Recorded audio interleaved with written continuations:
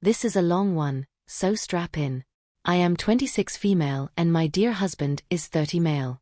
Mother-in-law is 70 years. She and father-in-law had my husband later in life as a last chance to have a kid. The husband has a name like John William Smith for the name has been passed down for literally generations. I will also mention, as it's important, there has not been a girl born on his side of the family in more than 100 years. There's a huge running joke that the men in his family cannot produce female babies. So fast forward to our wedding day in 2017. I've had a pretty good relationship with just no mother-in-law until this point. The wedding was a great beautiful ceremony until this point. Wedding was great, a beautiful ceremony, funny speeches, everything was great. Really, until it's the end of the night and we are getting ready to go leave to enjoy our honeymoon suite and she looks me dead in the eye and says, now, go make us our, insert husband name as dear husband name, plus an extra Roman numeral. I nervously laughed and we departed. Well, ladies and gentlemen, I indeed did make a beautiful baby with my DH over those 2 weeks, and who would have thought, a baby girl. Everyone was so shocked when we announced it was a girl, and most of the family denied it up until the moment she was born. That's when the horrible comments started. Whenever dear husband isn't around, just no mother-in-law and her family members are around, we'll make snarky comments like, I wonder where she got that nose, it's definitely not dear husband.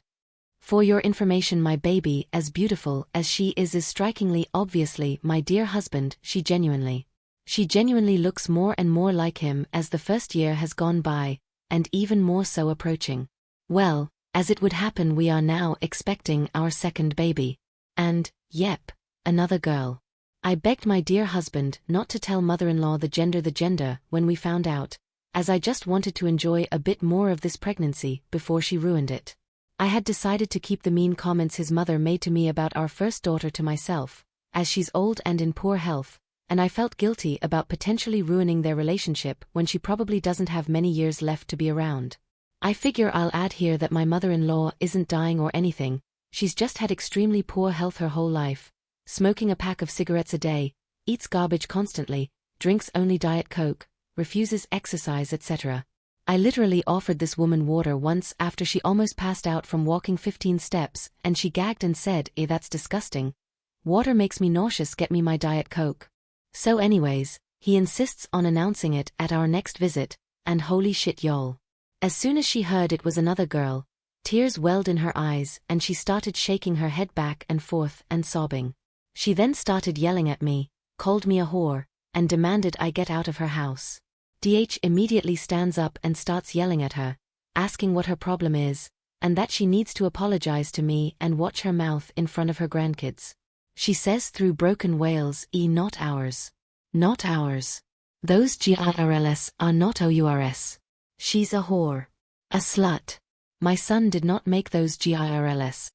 I start crying hysterically and pick up my daughter, who is utterly confused as to why daddy is yelling at grandma and mommy is now crying. Mother-in-law then looks at me and starts yelling, I let you get away with it the first time, I took you in as family. I allowed my son to believe he fathered that brat, but I will not allow it again. My dear husband is now fucking pissed y'all. Something I should mention here is that while DH prepared his whole life to have a son, he was thrown on his ass when our daughter was born. He never knew that he could love any girl in the world as much as he loves our daughter. He has made several comments over the past year and a half that he never knew how deep love could go before he held our baby girl. I can 100% assure you that if he had to save me, our daughter, or his mom, he'd save our daughter 10 times.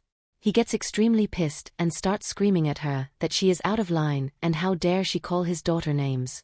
He then goes on to say that we are leaving, and until she comes to her senses, she will never see any of us again. She tried to say something more, but he cuts her off and yells at her, by the way mom, I love that little girl more than I ever loved you. As he is shuttling us out the door. I cried and broke down and told dear husband all the little comments she and her family have said to me when he's not around while we drive the 2 hours home. He was so angry at them all and has been amazing in comforting me through it. We went in sea for a few months and everything seemed to be going great. We blocked her and father-in-law's phone numbers and hadn't heard from them except through other relatives over Facebook. We either told them to not attempt to relay messages from father-in-laws or they would be blocked, or ignored them completely. Then, when I was nearing my due date, we decided to be the bigger person and reach out to her and father-in-law and offer them a chance to make things right. She whines and whines that she misses dear husband and granddaughter. We agreed to meet for dinner at their house after a few weeks for a proper talk and apology from her. We agreed that daughter should not be present, so my sister was set to babysit her. We arrive, dinner is served and we are trying to make small talk when dear husband is like, yeah, mom. This has all been nice, but we need to talk about what happened and the things you said last time we were here. I know, and you know that you owe my wife an apology. The mother-in-law then looks at dear husband and says, yes, do you have the test? Dear husband, she what? Mother-in-law replied, yes, the paternity test. I am not apologizing until I'm proven wrong. And we both know I'm right. You cannot be the father and the fact that you have now apparently made 2 girls is ridiculous. Dear husband replied, what the fuck is wrong with you? I start to cry and go to get up to grab my things and go to the car. Mother-in-law replied, yo no you don't. As she shoots up, rounds the table and grabs my shirt, then proceeds to scream at me, how dare you try to run away from this? You're a fucking whore and you need to own up to this problem. My dear husband screams at her to get her hands off of me, and starts to make his way towards us. She then decides that I cannot be allowed to leave at any cost with her son, so she slaps me as hard as she can across my face. I push her arm away from me as I let out a scream from the shock of being slapped. Dear husband then gets in between me and his mom and starts to scream at her. He tells mother-in-law to call the cops right now. Mother-in-law ignores him and tries to calm mother-in-law down, insisting that we can deal with this. Dear husband is furious and I'm crying hysterically. He grabs my hand and we are making our way to the door when mother-in-law grabs a snow globe from a shelf and throws it directly at me and it hits me right in the back of my head. It didn't shatter or anything, but it did end up hitting me on the base and cutting my head open. I fell to my knees from the pain and before dear husband can put together what just happened, she is grabbing anything she can find to throw in my direction. I'm on my knees on the ground holding my head with one hand and my belly with the other, being almost 9 months pregnant as a cascade of random items are being thrown at me. Dear husband is screaming at the top of his lungs for her to stop and she proceeds to try to get close enough to kick me as hard as she can. Thankfully, she is old and in bad health so she loses momentum quickly and as a last resort dear husband pushes his mom and she falls back into a shelf by the front door and he rushes me out. I'm crying and freaking out and yelling. She kicked my stomach over and over and he drove me to the hospital. I ended up getting 6 stitches in my head and being monitored in hospital for 4 days because she kicked my belly. The baby ended up being fine, and the hospital demanded we file a police report. We find out that when dear husband pushed his mom into the shelf, she ended up breaking 2 fingers and is claiming the excessive force hurt her neck very badly. Mother-in-law called an ambulance for her and she claimed that me and dear husband assaulted her in her doorway after they refused to let us in for a free dinner. Cops showed up and took our side of the story and compared our own report that we filed once at the hospital. They told us that mother-in-law is demanding charges against dear husband for assault, while we are pressing charges against her. So then my dear husband gets arrested, but then quickly released after father-in-law is forced to tell the truth and mother-in-law then gets arrested for my assault. Father-in-law is now begging us to drop the charges as no one was hurt. What? I was fucking hurt. And my baby could have been hurt. And that we are being cruel to lock up an elderly woman. He insists that we drop the charges, saying it was all a misunderstanding and he puts mother-in-law in counseling. Thing is, because my injuries were documented in hospital, we literally can't drop the charges even if we were stupid enough to do so. Because it was filed through a hospital, there's no way it can just go away. We are currently at home waiting for baby number 2 to arrive. I am on a strict bed rest order and dear husband has taken the week off of work to help pamper me and take care of my daughter. I ask dear husband if once baby number 2 arrives, we get paternity tests for both girls to send to his mom in jail, as a huge fuck you. He thinks it's a hilarious idea and thinks we should also make copies and send them to all the relatives who were entertaining his mom's craziness, along with a written letter saying goodbye. That none of them will ever see us or his daughters again, and that he hopes they're all happy knowing that they've ruined any chance they had to have a relationship with him, or our children ever again. We are so thankful that our baby girl is okay through all of this, and so relieved that we decided against bringing our older daughter to their house that night. We can only imagine what could have happened had she been struck with something. My due date is currently 8 days away, and I have an appointment the day of to discuss induction if she hasn't arrived by then, and baby number 1 was a week overdue and I had to be induced last time. Any support for us is wonderful and greatly appreciated. I will update if any more craziness happens in the future. Story 1 Edit. I never imagined this would get so much attention and responses, so much so that the comments are at capacity. I have read most of your guys' responses and I want to thank you all for the kind words and support. I wish I could respond to everyone individually.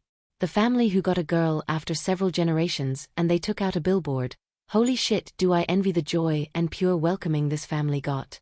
For those of you with similar experiences, who had a girl after several generations whose family was overjoyed, that actually makes me feel so good for you all, as it makes me realize that most families out there are wonderful, supportive people, and it makes my heart happy. Thank you, so many kind strangers, for the awards. Holy crap, I cannot thank you enough. A family who got a girl after several generations and they took out a billboard. Holy do I envy the joy and pure welcoming this family God. For those of you with similar experiences who had a girl after several generations whose family was overjoyed, that actually makes me feel good for you all, as it makes me realize that most families out there are wonderful, supportive people, and it makes my heart happy. Thank you so much, kind strangers, for the awards. And holy crap, I cannot thank you enough. Father-in-law is making mother-in-law's bail this morning, and she'll be released from holding. We're going to go through with filing a restraining order and a no-contact order. You have to be 2 separate filings in my state. We will receive a court date within a few weeks, so we have time to repair. My husband spoke with an attorney this morning, and the attorney mentioned that it'd be a great idea to file for a paternity test through the court. It would be a lot cheaper this way, and there can't be any question about the authenticity. In this way it also won't be presented until it is used as evidence for the case. Husband has been nothing short of amazing. He's supportive and very protective of me and his girls, but I know he's having a hard time dealing with the emotions of his mother potentially serving a jail sentence. I really feel awful that this whole situation has happened this way. I feel guilty that maybe if I had done a paternity test with my first daughter when the mean comments started, then all of this could have been prevented. My husband thinks I'm being too hard on myself. I didn't cause any of this, and he's confident that my mother-in-law would have caused problems no matter what. It's all waiting. For now, waiting for the baby to arrive, waiting for confirmation on the restraining order, no contact order, waiting for a court date, waiting to see how much my hospital bill is going to cost us.